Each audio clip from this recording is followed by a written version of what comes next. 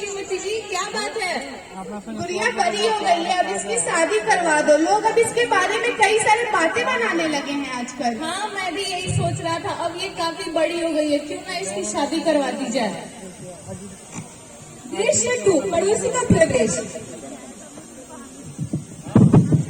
भैया, ओ भैया, गुड़िया बड़ी हो गई है, जल्दी से शादी करवा दो। वैसे भी 14 साल भी हो गया है, मेरी शादी तो 14 साल में ही करवा दी। और जमाना भी बहुत खराब है, और ऊंच नीच हो जाएगी तो बातें बनाएगी समाज। हाँ, तुम सही कह रही हो, मैं भी यही सोच रहा था। और कल तो इसे लड़के वाले देखने के लिए भी आ रहे हैं। दृश्य 3, मुखिया एवं पुलिस का प्रवेश। अरे आइए आइए मुखिया जी, नमस्ते। श्रीमती जी, मुखिया जी के लिए चाय पानी का व्यवस्था करो। नहीं, मुझे वो सब नहीं चाहिए।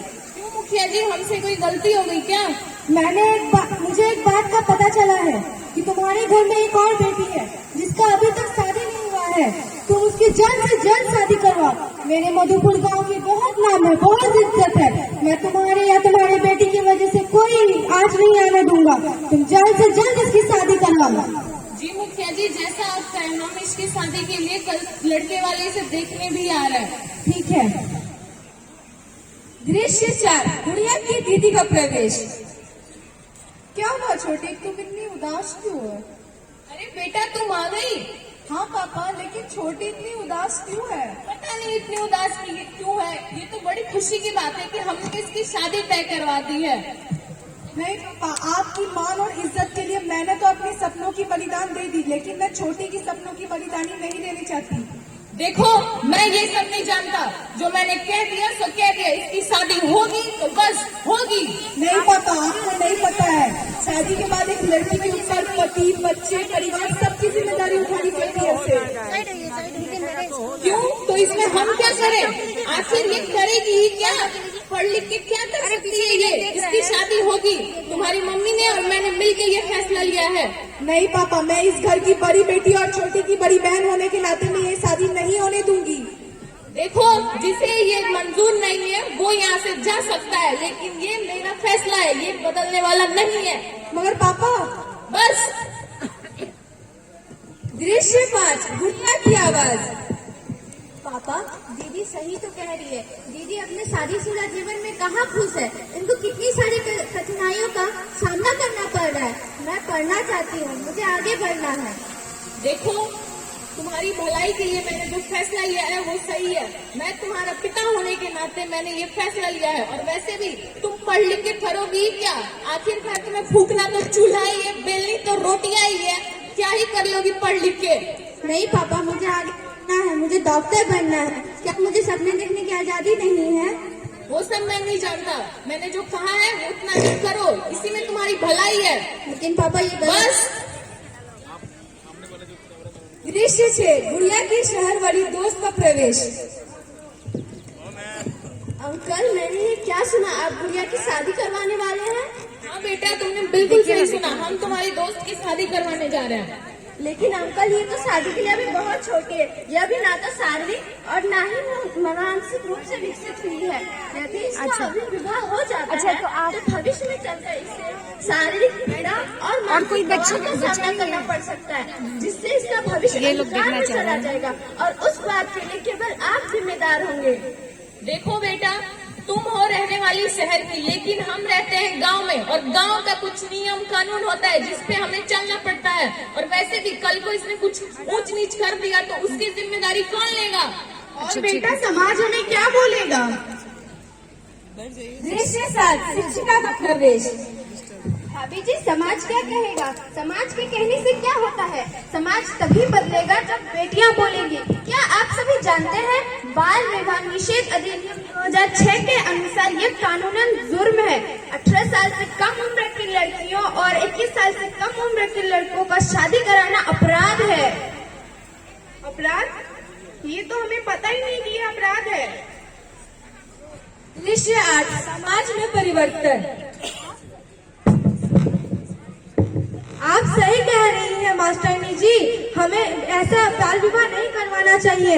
गुड़िया पढ़ेगी भी, आगे बढ़ेगी भी। गुड़िया ही नहीं, मधुपुर की हर लड़की पढ़ेगी भी और आगे बढ़ेगी भी। कह रहे हैं, अब हम अपनी बेटी को पढ़ाएंगे भी और आगे बढ़ाएंगे भी।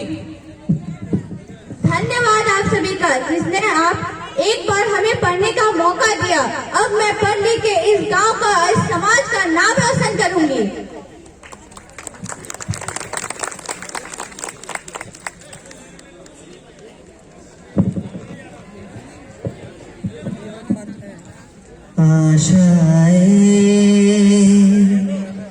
आशाएं खिले जिनकी, उम्मीदें हंसे जिनकी, अब मुश्किल नहीं कुछ भी, नहीं कुछ भी। आशाएं जगे जिनकी, उम्मीदें हंसे जिनकी, अब मुश्किल नहीं कुछ भी, नहीं कुछ भी। आशाएं।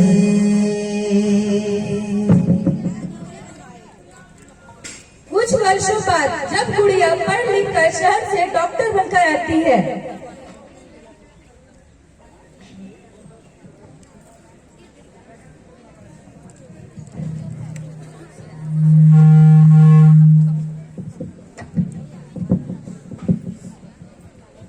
प्रणाम सरपंच जी। खुश रहो खुश रहो। तुम कौन हो बेटा? मैं तुम्हें पहचान नहीं पाया। मैं वही गुड़िया हूँ जिसे कुछ साल पहले आप लोगों ने एक बाल विवाह करने पे मजबूर किया था, और आप लोगों ने ही मुझे एक मौका दिया पढ़ने के लिए।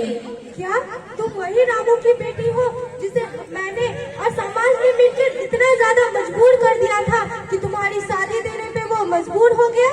मुझे माफ कर दो बेटा, तुमने डॉक्टर बन के मधुपुर का नाम रोशन कर दिया। मुझे और मेरे पूरे गांव को तुम्हारे ऊपर गर्व है बेटा। हाँ, मैं वही गुड़िया हूँ। मैं ही नहीं, हर समाज, हर गांव की लड़कियाँ पढ़ सकती है और आगे बढ़ सकती है। जैसे कि हम सबने देखा कि गुड़िया ने अपने सपने को साकार करने के लिए कितनी कठिनाइयों का सामना किया, और कहा जाता है ना कि मेहनत का फल हमेशा मीठा होता है। ठीक उसी प्रकार गुड़िया ने भी अपने मेहनत और लगन से अपने मधुपुर गांव का ही नहीं बल्कि अपने माता पिता का भी नाम रोशन किया। और तो और जिस गुड़िया को कुछ वर्ष पूर्व विवाह के बंधन में बांधा जा रहा था, आज वही गुड़िया एक काबिल डॉक्टर है।